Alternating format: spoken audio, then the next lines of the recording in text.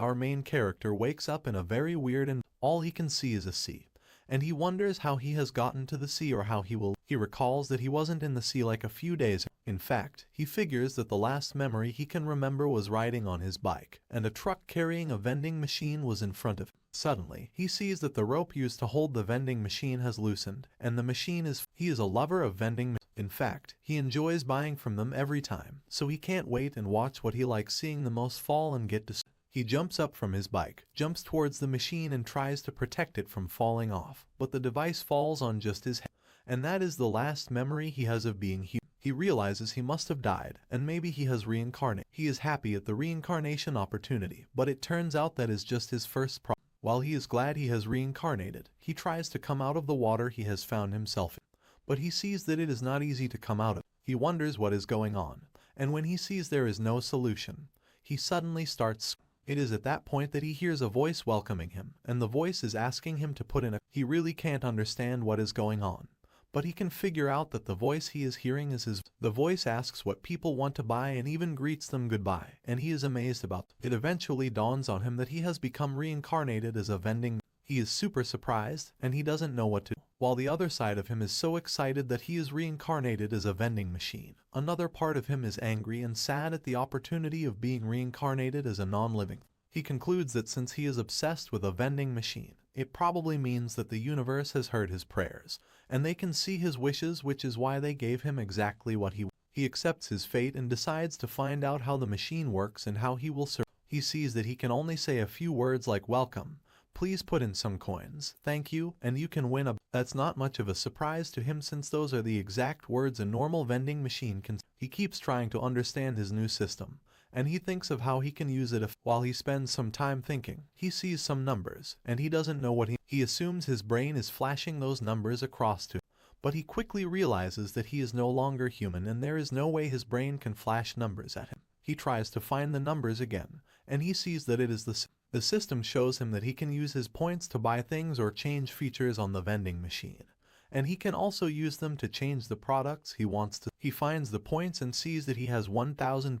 That looks enough for him to do everything he wants to do at that. So he gets into action and tries to find the different products in the machine that he can sell. At that moment, he is selling water, so he checks the system and sees that he has all the products he buys on a normal day as a human, including. He is excited to add milk to his products, and he sees that adding milk will deduct 10 out of his. He doesn't know the importance of the points at that moment, so he buys it. He keeps checking the system and sees that with the points, he can maintain the coldness and hotness of the products in his vending. He can make his ramen hot, and he can also use it for several. Reality becomes dawn on him when he discovers that his machine doesn't work with electricity. Or, instead, his machine is powered by the. He spends a point in an hour, which means he will spend 24 points in a day, and that means with his 990 points, he can survive for about 41. He can also earn points by selling products in his vending. If he feels products of 100 coins, he will get 1 point to power his vending. He needs to sell at least 24 products in a day. That seems a little easy for him, and all remains well and good until he looks at his environment. And he sees he is by the waterside in an empty. There is no one living around or anyone staying around that can buy from him, neither does he have the legs to walk away from that place and go to a more lucrative. As he thinks of that problem without a solution, he sees a creature before him. At first glance, the creature is huge, and it looks like a human, but when he checks well, he sees it is only a frog holding a hand. The frog looks so big and walks like a human, and when the frog gets nearer to the vending machine, the machine welcomes the frog, but the frog, who doesn't understand that language, deems him as a risk and starts hitting him with that. He starts getting several notifications from the system that his durability is. He finds out that he loses 3 durability in 1. He doesn't know how much durability he has or how to find it, so he checks the system and sees that he has 100 durability, which keeps reducing at every. He assumes that the frog will satisfy his want and leave him alone. But to his shock, he sees the frog calling in for reinforcement, and within minutes, another 3 other frogs join him, and they all start hitting the vending. He strives to find a solution and ways to survive. He keeps increasing his durability with points, but it's not enough. He checks the system to see if he can get something to protect himself, and he sees a. The system tells him blessing is a gift given by the gods, and he can use it for. He accepts to use blessing and sees several gifts there, including the ability to protect himself with a. He takes that ability immediately, and a box barrier covers him and throws the frogs. The frogs fall, and after they recuperate for a while, they stand up again, pick up their instruments and continue hitting the vending. He wonders if the frogs won't get tired, and he sees that his durability is reducing in minutes and also points because of the barrier he is using. Eventually, the frogs get tired and they leave him. He recovers and repairs his body fully, and after those expenses, he has about 311 points left. He decides he will just live for the next few days and hope he gets a few days later, he realizes that there is no way he could get a buyer. He is scared that he will die without even selling to someone as a vending. He feels very sad, and fortunately for him, he sees a girl. The girl is a hunter who has chased some frogs towards that side of the. She is tired and exhausted as he cries that the frogs should come out of her house. She is hungry and she rests. She regrets accepting to be a hunter and apologizes to her parents for not following their advice. She says she left her food and drink and came to the forest to chase animals for food. She raises her head up and she sees the vending. Although she doesn't know what it is, she decides to go nearer, and when she does so, the machine welcomes her and asks her to drop a. She looks inside it and sees some. She can't read the language, but she assumes it is something eatable or drinkable, so she decides to drop a. She puts a coin, but the system says the coin she has dropped isn't. The system tells the machine that he can change his currency with 100 points, and he immediately does so with the points so he can at least get a buy. The system changes the currency to OA, the currency that is used in that area, and the price changes to 1,000 OA. The lady complains that the price is high, but she is also hungry and tired, so she decides to buy it. She puts the coins inside the vending machine, and she doesn't know what to do next. He gives her corn stew, and she sees it coming out of the. She is scared that he may swallow her if she puts her hand, but she summons the courage to do it. She brings out the stew, and she doesn't know how to open it. She eventually twists the can, and it opens. She eats it, which is very delicious, so she decides to try another item. She figures the white thing there is water, and she decides to go for milk. She pays and takes her milk, and when she eats it, she is pleased about how it. Eventually, she ate about 3 corn stew and drank milk and topped it up with. She spends about 63 OOA, and he gains about 63 points from her. He is so excited that he has gotten a new. Seeing how excited she looks after filling her stomach makes him very satisfied, and he is very happy. She feels so tired after the food, and she sleeps. To safeguard her from the monsters in the forest, he uses his barrier to cover her. The following day when she wakes, she sees she has slept. Before leaving, she appreciates him for saving her but says she wants to speak with him, but he can't. She asks him to say hello there when he means yes and any other things when he means. She tells him she is Lammy's, and she asks if he is lonely, and when he says yes, she tells him about a magic power fanatic in her Hulami and says she would like to show him to Hulami and asks if she can carry him away. He tells her yes, and they start the. On their way, she gets tired and wants more food, so he changes his stock to chips, and she gets delighted when she eats it. He gains about 300 coins. They arrive at the stratum, and she meets the guards, Carios and Go. They are glad she is still alive, and she also tells them about the machine she found by the river. She teaches them how to buy, and they also buy all the products in the machine. They beg her to bring the machine to the gate every night. On her way home, she sees a girl being bullied by some adults, and she saves her. She goes to an inn where she meets her friend, Manami. She drops the vending machine outside and greets Manami. She shows Manami the machine and also what it could do and says she wants to take it to Hulami. However, she doesn't have money for the transportation cycle to take her to Hulami, so Manami suggests that she works in the inn to earn money, and the vending machine can also sell its. The plan goes well during the day. The machine sells for the villagers, and at night, she takes him to the. He decides to add another goods called Odin, and everyone falls in love with. He doesn't sell Odin during the day so the inn can make sales, and he also helps them draw customers. His weight is too much for Lammy's to carry around every night, so she decides to make a wooden backpack so she can use it to carry him every night and more. She takes him to the gate that night, and on their way back the following day, she asks him if he has been enjoying and making. He tells her yes and appreciates her, but she reminds him he was the one who saved her. She hopes that one day he will be able to speak more words, and she says that's why she wants to visit Hulami. She names him Boxo because it has been difficult to call him without a name, and he also accepts the. He concludes that it is really not a bad idea to be reincarnated as a vending machine in another world, and he has been enjoying his stay. The next morning, Hakan, the vending machine, now named Boxo by the girl, Lammy's, gets confused seeing the giant bear in front of him and wonders what the deal is with it as the bear looks to be wearing human clothes. While the bear is staring at Boxo, Lammy's comes out of the door of the house behind him and wishes him good. Lammy's sees the bear in front of Boxo and recognizes him as the director of the hunters. She finds it rare that someone so famous has come here and is intrigued to know. The director explains that he is here to see what Boxo is, since he is the talk of the village. Boxo greets with the director, realizes that it's not just a wild creature, so he gets surprised to see a tool speak his. The director then tells Lammy's that his organization has made a plan to go to a nearby frog field base and requests that she take part in it alongside Box. Lammy's understands why the director needs her to take part in the subjugation, but she doesn't understand why Boxo, a literal vending machine, needs to take part in it as well. She tells the director that Boxo can't fight, which he claims to already know, and tells Lammy's that he just wants Boxo to provide food supplies while the hunters are on the road to the frogs. He explains to her that warm and ready-to-go food would be invaluable for the hunters and promises to treat her well if she brings Boxo. But Lammy's doesn't own Boxo, so she turns to him and asks if he wants to go with the hunters. Boxo realizes that the village he is staying in will be exposed to danger if he ignores the frog fiends, and that might also cause his only friend Lammy's to get into danger as well. So, Boxo agrees to help the director, making both Lammy's and the bear feel happy. After that, Boxo and Lammy's soon join the hunters in the raid on the frog fiends and spend the next 3 days traveling with them.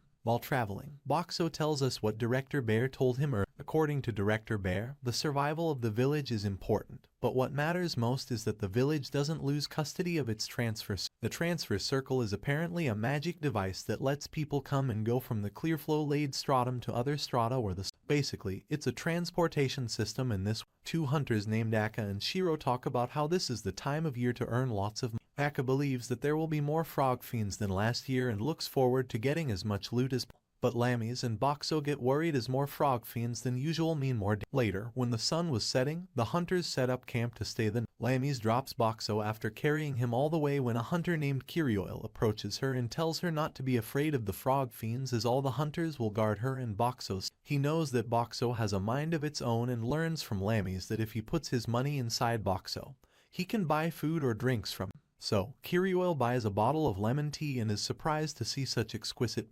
However, to his dismay, he learns from Lammy's that the packaging alongside the bottle will disappear once he finishes the. Still, he drinks the entire bottle to have a taste of the lemon tea, and is totally amazed by its. Kirioil asks Lammy's how Boxo refills the drinks and learns from her that even though Boxo has sold hundreds of items, his inventory always remains empty and never needs to be refilled. Kirioil finds that completely weird and wonders what mysteries this talking machine is. He calls his friend Philomena to come to him to ask her about Boxo since she specializes in magic tools and ancient. Philomena takes a closer inspection of Boxo and comes to the conclusion that Boxo is not a magical item, as she doesn't sense any magical power coming from it. But that doesn't explain how Boxo remains filled with infinite items, so Kirioil assumes that the stuff inside him is being transferred from some otherworldly. Philomena thinks that could be the case, as there are blessings in this world that can do this stuff without using. But she doesn't understand how a block of metal can use a blessing, not knowing that the block of metal is actually a reincarnated human. The mystery of Boxo remains unsolved, but Kirioil is glad to have Boxo on their side. As the sun will soon set, the adventurers will need to eat some food, so they turn to their trusty infinite food supply. Boxo gets excited to have so many customers lining up in front of him and begins serving them a newly added item on his inventory called cup. The adventurers find the flavor too tasty for their appetites, and one of them, Shui, gulps everything down as fast as she. Lammy's sits with Shui, seeing her eating all alone, and introduces herself to her. Director Bear joins them as well, as he wants to talk about the submission tomorrow. Lammy's takes this opportunity to tell the director that she doesn't want to drag Boxo into battle. But Boxo expresses, using his few preset dialogues, that he does want to help out So, Lammy's respects his decision and agrees to take him with her. The next morning, the hunters begin their journey again and wind up in a place filled with dense. Director Bear realizes that the frog fiends must be just up ahead, so he commands all the hunters to charge ahead. The frogs come out of nowhere to attack the hunters, but they are well prepared and begin to defeat the frogs one after another. Lammy's also wants to help the hunters and lands a punch on a frog, defeating it in one. Lammy's could never land a punch before, so she assumes that it's all thanks to carrying Boxo, which caused her to gain proper balance when Kirioil and his party swiftly kill the frogs, and the mage in their team, Filmina, shows off her Hydra magic ability by killing a group of frogs at once. But they are getting nowhere even after beating dozens of frogs, as more keep emerging from the muddy grounds. The frogs soon outnumber the hunters, and they realize that they are now in real Filmina asks her captain, Kirioil, what they should do here, and he just orders them to go all out on the one frog comes to attack Lamies, but before it can reach her, her new friend Shui kills it using her, but Shui lets her guard down, and another frog takes the opportunity to ambush her. Lamies tries to protect Shui by becoming her human shield, so Boxo finally reveals a glimpse of his powers and uses shield magic to prevent the frog from coming and Shui and Lamies wonder who put a wall of light on them, but they don't even comprehend that it could just be the magical block of metal with. Boxo thinks that he should learn a new skill like enemy detection and finds a skill called omnidirectional, so he learns it even though it costs 1,000 points and begins to see everything from a 360-degree. Now that Boxo has become an official Go Pro, he begins to look for enemies around him. He detects an enemy and warns Lamies and the group about it, which makes Kirioil greatly impressed. Lamies also gets praised by Kirioil, so she starts blushing and forgets that she is the only one who understands Boxo. Boxo keeps warning her about enemies ambushing them, but she still keeps blushing because of Kirioil's. So, Boxo takes the initiative himself and activates his blue light shield again to protect everyone. Now that it has been done twice, Lamies realizes that it is Boxo's. Learning that, Kirioil gets even more intrigued by Boxo and gives him I'm up to no good. So, Boxo becomes wary of Kirioil. With Boxo's help and the hunter's determination to win, they finally defeat the frog fiends and begin preparing them to pack them up and send them to the hunters. Kirioil's team begins processing the frogs, and Filmina tells Kirioil to help them do so. But he doesn't want to deal with these meager matters, as he is the great captain of the team. Now that the subjugation is done, Kirioil's team's only job left is to guard Lamies and Boxo. But Kirioil wants to make more money and decides to go to the other areas not assigned to his team to hunt more monsters before going back to the Kirioil requests that Lamies join them for more combat, so Lamies happily agrees to help. So, the group heads to another place and takes care of more frog fiends to Lamies notices that some of the hunters have gotten injured, so she wants to help them get back to safety and carries the injured hunters one after the other to the Boxo also wants to help the injured hunters, so he adds another item to his inventory and gives it to Shui. Since it's a sport drink, he believes it might help the injured, so Lamies hands the drinks to the hunters, and they begin to feel a bit relieved from the Director Bear comes to thank Kirioil for their amazing contribution to this subjugation event, and reveals to him that he thinks the only reason the frogs have increased is because a new frog fiend king has arisen. Although it's just speculation, it's more than enough to make everyone worry for their So, Director Bear reassigns Kirioil's party from being Lamies' guards to join the others to kill the frog fiend king. Director Bear then tells Lamies to remain here so that Boxo can provide food to the exhausted and injured. Later at night, all of the hunters drink the sports juice in peace and call Lamies for more. While Lamies is away, a hunter who looks like he is up to no good comes to Boxo with a master key, hoping that he can steal them, but Boxo isn't going to let that happen, so he punishes the man by tricking him into grabbing a hot. As the man begins to scream, Lamies quickly comes there and disarms him before he can hurt Boxo. While the hunters are still chilling, the Frog King, with hellish flames surrounding him, shows up to make things. Lamies takes Boxo to run away, but the boars that will ride them back home get too scared to move after seeing the Frog King. Realizing how scared the boars are, Lamies frees them from the wagon and lets them run. She is clearly out of her mind, as this is no time to think about animal. Also, they are literally killing. Anyway, Lamies takes the boar's place and begins to carry the wagon forward with her superhumans. The Frog King follows the wagon and slowly catches up to them. So, Boxo wonders what he should do and looks for some useful skill that would help Lamies go quicker. He finds Coca-Cola and hands it to the horse. Then he turns himself into a Mento machine. Now that he has made a plan to turn Coca-Cola into a he just needs to make Lamies understand that she needs to insert the Mentos into the After thinking hard, Lamies figures out that she needs to mix the Mentos with Coca-Cola and begins to use it as a weapon against the frog. So, with the help of Coca-Cola, the fire surrounding the Frog King gets extinguished, which is apparently its So, the Frog King gets Director Bear thanks Lamies for helping them out so much and keeps bowing to her repeatedly while she also bows to him out of respect. After this successful subjugation, the hunters return. After the exciting battle against the frogs, the hunters safely return to the village along with Lamies and Boxo. Boxo tells us that no unusual events have transpired on his way back home, but at the end of their journey, he sees a huge cloud of smoke coming from the. Seeing that, Kirioil's party gets shocked. But Director Bear keeps his composure. He first apologizes to everyone, as he will need their help again after all that work, and reveals that they must fight this unknown enemy. Lamis gets in tears, wondering if Manami and the others are. Boxo realizes that Lamis must be very close to Manami, so he understands why she feels so worried for her. He wants to comfort her, but since he has only preset dialogues, he cannot express his feelings very well. So, he looks for another way and tells Lamis to insert coins forward to. It seems Lamis understands Boxo's language pretty well, as she realizes that he is trying to tell her to go to the village first before assuming that something bad happened. So, Lamis keeps her hopes up and heads to the village to see what has happened.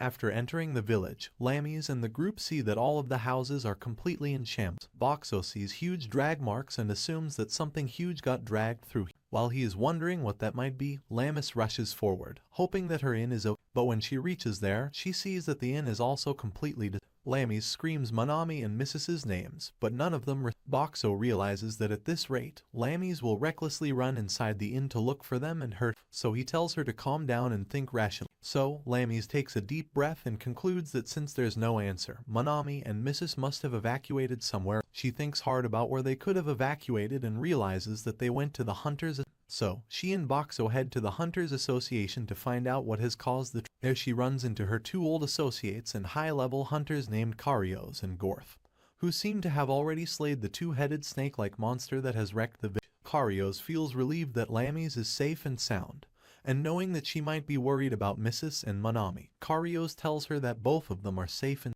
Gorth also mentions that the transfer circle is fully defended, which, according to Director Bear, is the most important thing in the village. Boxo realizes that the only reason the hunters managed to defeat such a monster is because this place was built inside a. Therefore, this place also has high-level defensive weapons. Lamis finally goes to see Manami and Mrs., and they welcome her back after her long. Seeing their happy faces, Lamis feels greatly. It seems that all of the villagers are safe, which makes Boxo happy even though he has only lived there for a few. So, he realizes that he must have grown to care for them and doesn't want to lose any of them. Boxo feels that all the more because he has already died once, so he decides to give all the villagers his food supplies because they get free food. The villagers get happy and throw a feast at night. The hunters light a campfire to celebrate their victory against the frog fiend and the two-headed snake. Boxo shows what a genius he is by explaining to us that the snake monster is apparently a natural enemy of the frog. So, it's great that both parties ended up. Boxo then sees that the villagers are actually cooking the monster meat to eat, which disgusts. After eating the meal, the villagers need to have drinks once again, so they line up in front of Boxo to get free. But Boxo doesn't think that he is losing money, rather, he believes that he will be making more money by getting more customers. After the feast, a drunk Lamis comes to Boxo to tell him how her day. She feels happy that everything went well and also feels more happy to see how everyone gathered in front of Boxo. She tells Boxo that she believes that he has become a necessary part of this place, and that also makes her. She then hugs Boxo and falls asleep right then and Boxo understands how pure-hearted Lamis is and ends the day by wishing her good night. The next day, the merchants get busy getting their shops. A lot of carpenters have also gathered around to fix the broken houses, while the hunters are on guard. Boxo tells us that Lamis has gone to meet Director Bear for a kimono. He wonders if Lamis will get some reward for being such a great help on this While Boxo is still in his thoughts, Lamis approaches him and reveals that she has gotten a personal request for rubble removal from Director Bear. She immediately goes to do her work, and using her blessing of might, she starts to collect all the rubble and clear the air. Kirioil approaches her to invite her to join his hunter's team and offers to take in Boxo. But Lamis refuses, as she needs to do the job that is assigned to her. A woman named Akawi, claiming to be from the exchange house, approaches Boxo alongside her assistant, Gok. Akawi tells Lamis that she has come here to trade silver coins with Boxo. Akawi claims that she has brought 100 gold coins with her and wants to exchange them with Boxo's saved-up silver. Boxo realizes it's quite a lot of money since 1 gold coin is equal to 100 silver coins, but he still rejects Akawi's offer as he doesn't have any exchange funds. Lamis comes to Akawi's rescue and comes up with a plan to use 1 gold coin to buy a cheap item, so that Boxo is forced to return what she owes with silver. Akawi does that, and silver coins keep showering from Boxo, so she keeps doing so and begins to fill her bag with silver coins. The evil guy who tried to steal Boxo's earnings before gets greedy seeing this once again and comes up with yet another evil. After exchanging coins with Akawi, Boxo decides to add a gambling function to him, and after installing it, he gets 30% more money than An old man gets addicted to gambling and makes Boxo the most money while losing his own, so his wife drags him away, promising to give him a good. Director Bear again calls Lammies and also Boxo to the Hunters Association and thanks both for all their help. He tells Boxo that he has a favor to ask in private and requests that Lammies leave the room for. So once Lammies is outside, Director Bear tells Boxo that he will need his help by providing them food to fight the famine that will definitely hit them because of the destruction of the. The bear needs another helping hand from Boxo, and he calls a woman named Shirley inside, who tells Boxo about the diseases that might also come with the famine, so they would need to contain the pop. So, Boxo turns into a family planning machine and gives Shirley a packet that can stop reproduction. Seeing how good the product is and how it could also help to contain diseases as well as the pop, Shirley decides to purchase a large portion and distribute the product in the entertainment. After making lots of sales, Lammies carries Boxo back to the. A cunning girl named Suori tries to pick up a fight with Boxo and brings rocks to damage him, so he calls for help, and she gets taken away by her own, but she remains resilient and comes again to pick up a. But before she can, Boxo offers her a free mango juice, so he finally gets on her good. Later at night, Lammies carries Boxo inside the new hygiene center made by Shirley. And for some reason, she thinks that it would be a great thing to change her clothes right in front of him. Boxo then turns into a beauty product machine and gives Lammies a product to make her skin glow. A fox and a bear female come there and also get beauty products from Boxo to attract them. Shirley and Lammies take a bath, and afterward, they ask for a drink from Boxo that can make them feel more refreshed. After helping them with their needs, Boxo ends his day with high sales. The next day, the old man comes again to gamble, and this time he brings his granddaughter to teach her as well. After teaching her the rules of the lottery games, he tells her to play, thinking she might bring good luck to. The girl actually wins as she gets a 777 and gifts her grandpa the winning prize, which is just a bottle of a soft. The old man gets happy for a second, but his happiness quickly goes away as he realizes that he has wasted all of his day doing. But his granddaughter feels happy that she got to spend the day with her grandpa after so many. The old man finally realizes what is more precious to him, and that is his. So he happily returns to his family, ending Boxo's gambling. Director Bear learns that Boxo can hide his presence and blend in with his surroundings. So he asks Boxo a favor, turn invisible so that he can identify the recent offender who is secretly committing a lot of crimes in the. But before that, Director Bear wants to test if Boxo has what it takes and takes him in front of the hunters. Boxo becomes invisible with the goal of passing the. Lammies begins to look for him and learns from Minami that Director Bear borrowed him for. So she decides to head to the Hunters Association after collecting all of the rubble left. After collecting the ruins of the houses, Lammies happily comes there and runs into Shirley, who asks her where the director is. Lammies tells her that the director is busy right now and wonders what Boxo is doing right now. After delivering the rubble, Lammies heads back and sees Suori coming her direction, so she stops to talk with her right in front of the invisible box. Lammies scolds Suori for always messing with Box, but instead of learning her lesson, Suori then begins to insult Lammies. Lammies remains unshaken even after Suori's insults and tells her to stop being a. But Suori keeps acting like a brat and tells Lammies that she wants to buy Boxo from her. Lammies knows that Suori is the child of the rich noble in town, so she must be offering the big. But still, Lammies doesn't want to sell Boxo, not because he is our friend but because he is a literal cheat code for this world.